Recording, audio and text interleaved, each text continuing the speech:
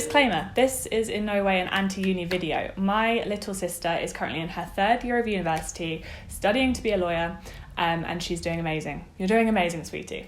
I've seen her completely blossom through going through university. It has changed her as a person in the best way possible, and she's loved her experience. For me, I know it wasn't the right thing, and that's why I didn't go. So I didn't take your usual route, and when I was kind of considering what I was going to do after school, I looked a lot to YouTube because I grew up watching YouTube, and a lot of people didn't really talk about not going to uni. A lot of people talked about how to get into university, and I found one video that helped me, which was, Susie, Hello October's video, talking about what she did and her route into marketing and that sort of thing. And that kind of helped me a little bit realise that I wasn't stupid for not going to uni, because a lot of people will tell you that you are, or at least when I was at school anyway. To give you a little bit of background before I start the video so you know which kind of viewpoint I'm coming from, I'm now 23 years old. I'm working at a agency for PR and digital marketing. I am a digital marketing manager. I've worked my way up, and I didn't go to uni to do that. So kind of my viewpoint is, depending on the career that you want to do, you don't necessarily have to go if you don't feel like it's something that you need to do, or you don't feel like it's for you, or you want to go later in life. I mean, there is no right time to go to university, and people at school will tell you that there is, and they're wrong. That's something that I do feel passionately about, because people do get pressured into going to university when they don't really know what they want to do, and I think that's such a hard environment to be in, and you shouldn't feel pressured to do anything. It is literally your life, and you are making the decisions for how you want to live, not for how anyone else wants to perceive you. Just going to sip a bit of my tea because I'm getting a little bit feisty. Ran over. Let's rewind 6 years ago. I really can't believe it's 6 years ago, to when I was starting college. So I'd just done my GCSEs. I got pretty good grades for my GCSEs. I was really happy with them. And my school had a sixth form attached, so I decided to stay on at that one. A lot of people from my school were doing that, so I thought it would take the pressure off. I'll already know a lot of people. I took English literature, history, philosophy and ethics, and biology, which we won't talk about because I don't know why I took science. I did do really well at GCSE for biology, but A-level was a whole nother ballgame. Basically, I took very heavy essay subjects and kind of creative subjects, a lot of like humanities. I also considered taking media studies because I did really well in my GCSE for that. And I considered taking psychology, but they clashed with my English literature lessons, and I wasn't going to let English literature, that's really hard to say, English literature go, because that was my favourite subject at the time.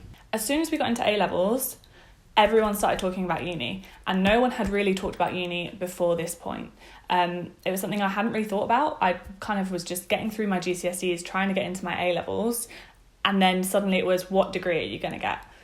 And I had absolutely no idea. So basically, as soon as we were in our first year of college, we were told to start booking university open days and start having a look around, look at the top schools as well as like medium schools. We were kind of pushed to aim high, and your predicted grades at the start of your A-levels are based off of your GCSE results. So mine were quite high, even though I ended up actually not doing as well in my A-levels as I did in my GCSEs, because I just found it really difficult. And I don't know if every college does this, but we had specific time slots and classes where teachers would help write the personal statements, which was, I mean, a really good thing for the people who wanted to go to uni, but if you were considering not going, it was very pressurized. So I started asking my teachers lots of questions, especially my English teachers. I really looked up to them, and they said, have you considered teaching? And I kind of thought, okay, yeah, that's something that I could do. So I started volunteering because I knew that volunteering would look really good on a university application. It would look good on a job application.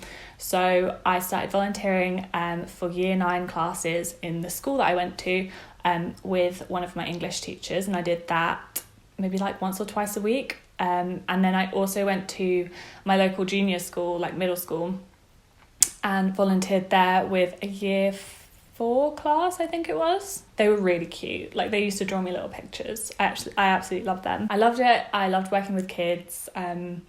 I I thought this could be a good career path for me, but there were a lot of things that I heard about working in education which I didn't really like. But I thought, if I'm going to university, this seems like a good path. So I racked up about, I think it was like 50 hours of volunteering experience in teaching. I was looking into PGCEs, and I was thinking, I'm going to go to university, do English literature for my degree, and then do a year of a PGCE to become a qualified teacher at the end.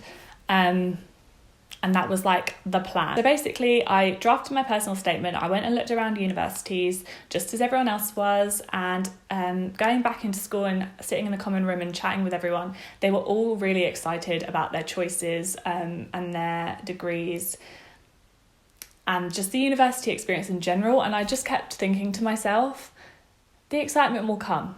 Like, it's going to come at some point. I'm just scared at the moment. That's the only reason I feel like this. But it didn't. And when I was looking around the universities, I thought, this is a good place. I could probably see myself here, but it looks great for anyone other than me.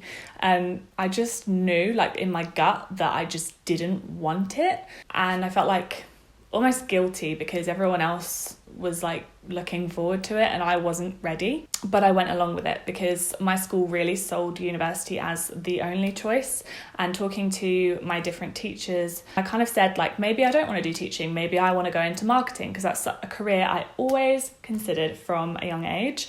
I knew that I loved writing, I knew that I loved being creative, so I kind of thought marketing would be a really good route for me.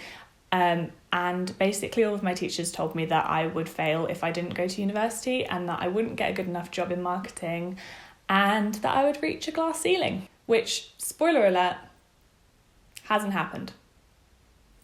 So I'm really not here to tell you not to go to university. I'm here to tell you that you never stop learning, no matter what you choose to do.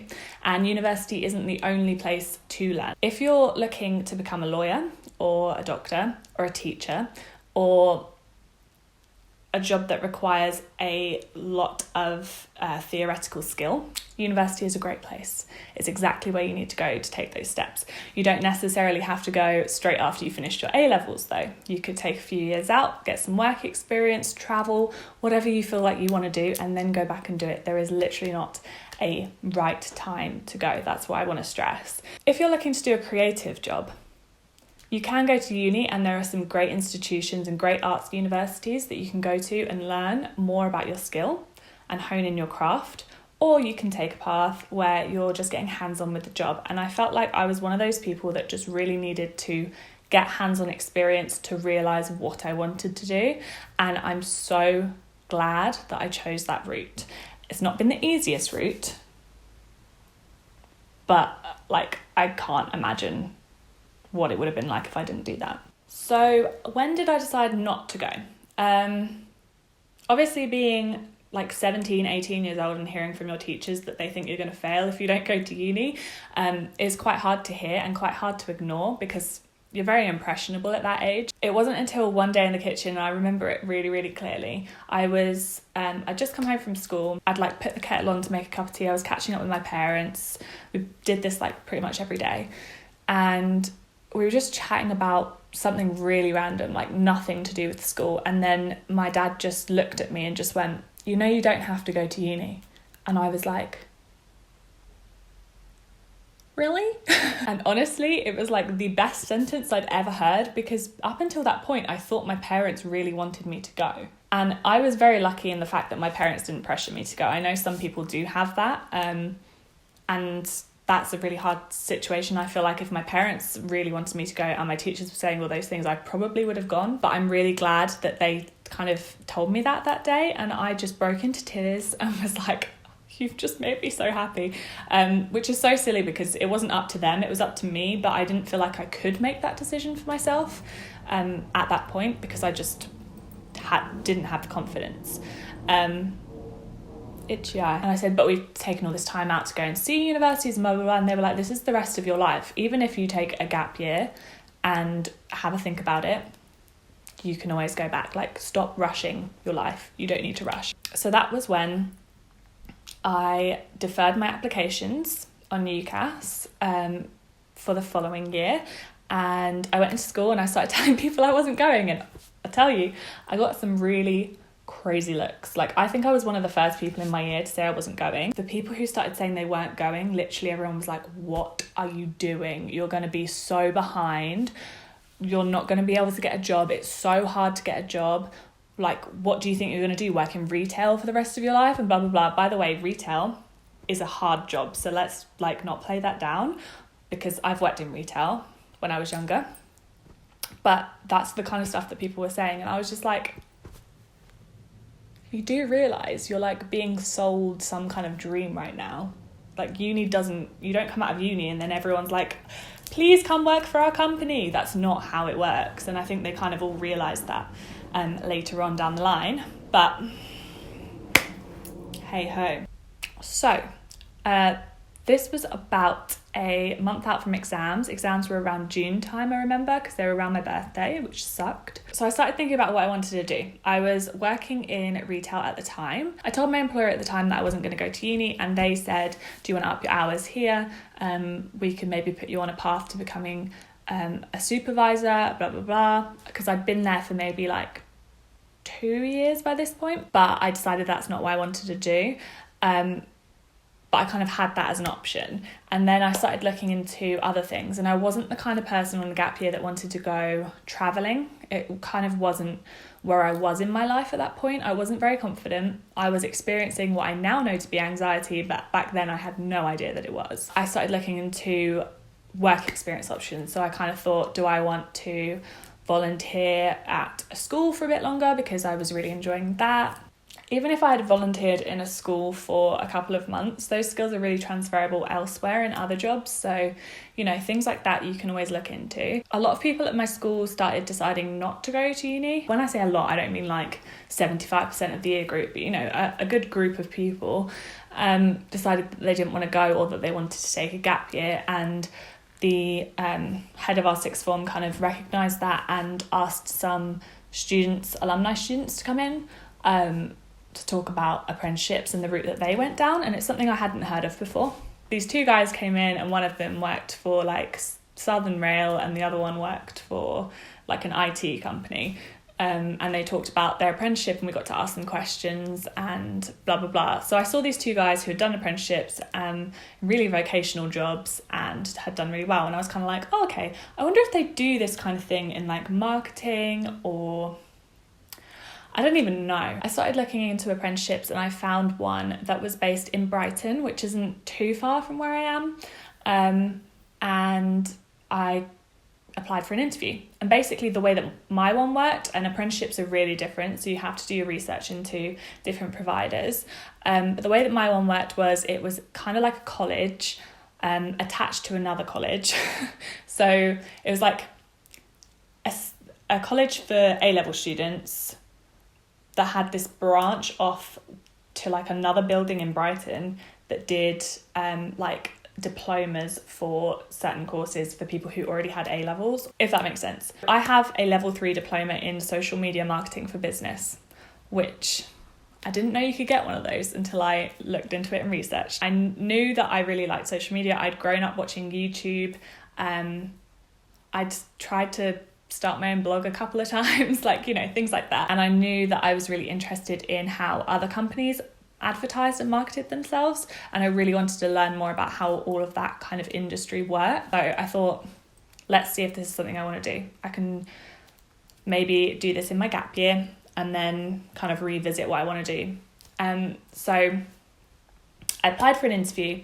I had an interview with the apprenticeship provider that I chose over the phone, and they then took in my CV and all that kind of thing. And basically the way they worked was, I had a place with them, but to secure my place with them, I had to find a job with one of their kind of listed partnered companies. Other companies in the kind of Sussex, Surrey area surrounding Brighton had kind of partnered with this apprenticeship agency, said, we can offer this much salary for a learner for the year, and a job at our company, and then they can come to your college 1 day a week to learn all the skills necessary to complete the job.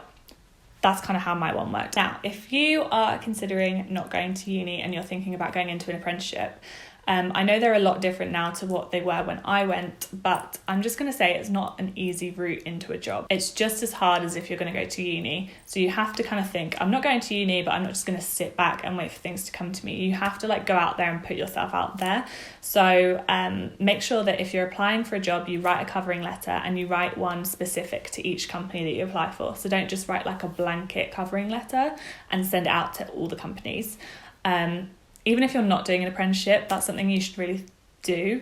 And also if you're applying to a web design agency and then you're also applying to, I don't know, a travel company, you cannot send the same kind of covering letter and CV. I would really tailor both your covering letter and your CV for each company that you're applying to, unless you're applying to 5 web design agencies, and then your CV is probably fine for all of them. But yeah, read the job descriptions, make sure that you pick out little bits of what they're looking for and show how you have those skills, or at least have some transferable skills. I mean, at this point, if you've just done your A-levels, you're not going to have loads and loads of work experience, but pick out things that you're good at and that you know how to do. So if you know how to use certain pieces of software, write that in your CV. If you have interests in other things, put it in your covering letter.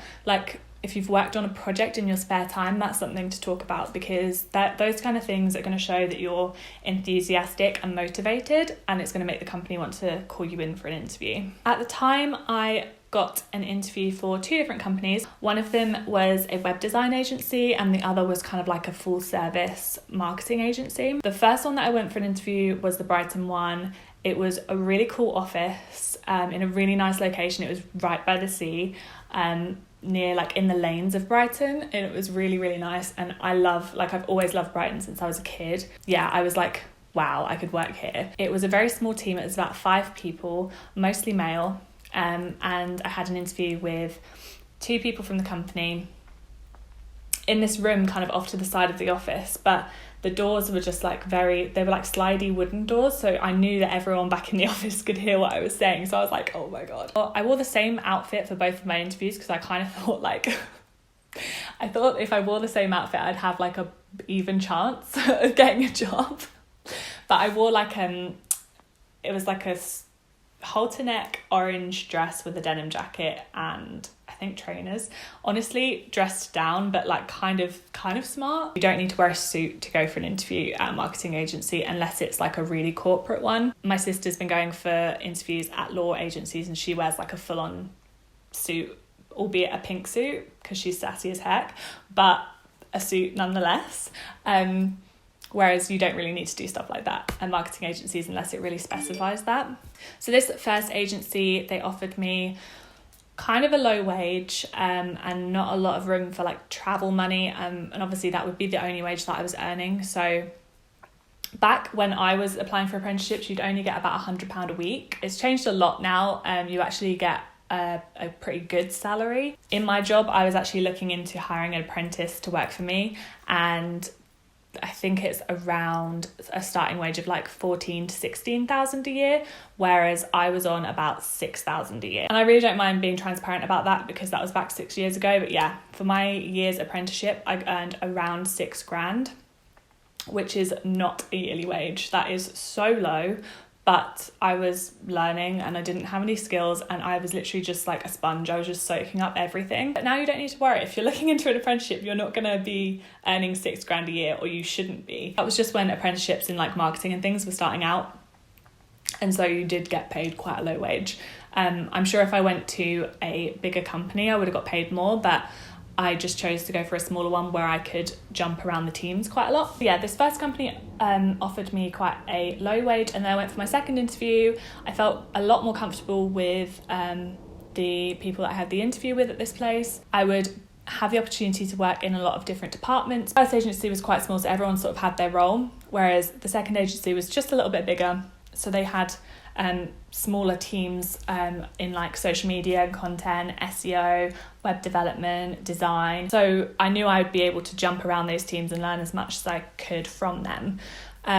They also offered me travel money, which was something that I negotiated. They also said that they'd taken on apprenticeships before and they kept those apprentices on, which I didn't say before, but the first company said that they don't tend to keep their apprentices after the year. It was kind of a no-brainer that I loved the second company. Luckily, I got both companies come back and offer me a job, so I was able to choose the second one. So yeah, I did that for a year. I did 4 days a week working, 1 day a week in Brighton, doing my college work, and it was all coursework based, which suited me really well, because I love to write, but I like to go back and edit things, which is what you do in a real life job anyway. So I was really glad there was no exams. Made some good friends when I was at college. I really liked being in Brighton on a Friday. It was lovely. My college teacher was actually a lecturer at Brighton University, and she did a marketing course, and she really tried to get me on that course the year after. She was like, apply for uni, do the marketing course, you'll love it. You'll come out of uni and you'll be able to be a manager straight away and blah, blah, blah. But I literally was loving my job so much at this point that I was like, I really don't want to go to uni. Yeah, I literally avoided uni like the plague because people just kept coming back to me being like, oh, you would be really good at this course. And I'm like, no. So when I finished that, I then got promoted. I stayed on at the web design agency for 2.5 years. In that time, I got to know another local agency, which was a PR agency, and I kind of fancied a little bit of a change. So I applied and got a job there. I did apply to a lot of other jobs as well. I applied to a few jobs in London because I kind of thought working in the city for a bit might be good. But when I got the offer from the PR agency that I'm still at now, I was like, I really like this place. So I took that job and I'm still there 3 years later. And I've worked my way up. I guess I should say my job roles. So in my apprenticeship, I started as obviously an apprentice. I was a social media and content apprentice. And then after the year, I got promoted to a social media and content assistant. It was pretty evident in the web agency that I wasn't going to be promoted to anything higher than that for a while. And I felt like I'd got a lot out of that job and I wanted something new. So that's when I decided to leave. And then in the PR agency, I was first a junior account executive. Then I got promoted to a senior account exec a year in. And then 2 and a bit years in, which was the start of this year, I think around December, January, I got promoted to a manager, but instead of being a PR account manager, I got promoted to a digital marketing manager because that is where my passion lies. So that takes us to the current day and kind of like building my experience as a manager. I'm learning how to manage different people. I'm doing a load of different scary things. So I went to a wedding recently, kind of off topic, but my old boss was there from my first agency, and he literally said to me, you used to be a little anxious chocolate eater in the corner, which was so true because I used to eat way too much chocolate and I was literally just this anxious little human being, and I feel like I'm not that way anymore. I still get anxiety and I still struggle with that kind of thing, but I feel like I've grown so much in my confidence and knowing that I am good at things, that, you know, I wouldn't change my experience for the world. And I guess that's the big question. Do I regret not going to uni? Absolutely not. I don't think I would have enjoyed it, to be honest. I think I probably might have been a dropout. And if I wasn't, I would have ended up in a completely different job to what I'm in now. So who knows? I might have loved teaching, but I equally love digital marketing. It's something that I am actually really passionate about, and I've got so many ideas of what I want to do in the future, and I don't know exactly which one I want to do right now, which is completely fine. This is what I want to reiterate, because when I was 18 years old, I thought it was like a crime that I didn't know what I wanted to do because so many people did. But actually, most people go through life not knowing what they want to do next. And I had this conversation with my boyfriend the other day. I don't think I'm ever going to be that person that settles on one thing. I feel like I'm going to always have a new thing that I want to do. And I feel like that is what creative people are like, annoyingly. There's always something new that they want to kind of put their mind to, and that's me. And I almost kind of find that exciting. I think I don't know where I'm going to be in 5, 10, 15 years. But like, why do I have to? I am a planner and I do like writing things down and I like working out what I'm going to do. But I'm not a planner so much in the fact that I'm like, I'm going to do this for the rest of my life and this is the ladder I'm going to climb. Because I almost find that draining. And I know some people love that, and my sister loves that. She's got her plans set out, and I find that amazing. And I'm not putting it down in the slightest, but for me, it doesn't work. Like, it just doesn't work in my brain. My brain doesn't like it. So yeah, while I could have gone to uni, I could have probably partied more. I probably could have a bigger group of friends now. I could have come out with a good degree, all of these different things. I don't regret it one little bit, to be honest. I really wasn't that sort of person when I was 18, and those things came to me a lot later. And I feel like not going to uni and having to go through all your friends moving away, changing friendship groups, working with people who are like a bit older than you and stuff, it's just kind of given me a completely different experience that I've just enjoyed. I think it's an equally good path as university. And I saw this post on LinkedIn the other day which was talking about a lot of people choosing not to go to university now in the school leaver generation. And there were loads and loads of comments on there saying education is so important, apprenticeships are being glamorized and all this kind of stuff. And I was like, hold on a sec. Going for an apprenticeship is continuing your education. Like, you are still learning. You're just not doing it in the set way of a university degree. You're doing it for a diploma or for whatever your apprenticeship gives you at the end. You're learning a skill, a hands-on skill, Not everyone needs to go to university and do a certain degree, because we need varied people in our society for it to survive and thrive. Like, I'm just saying.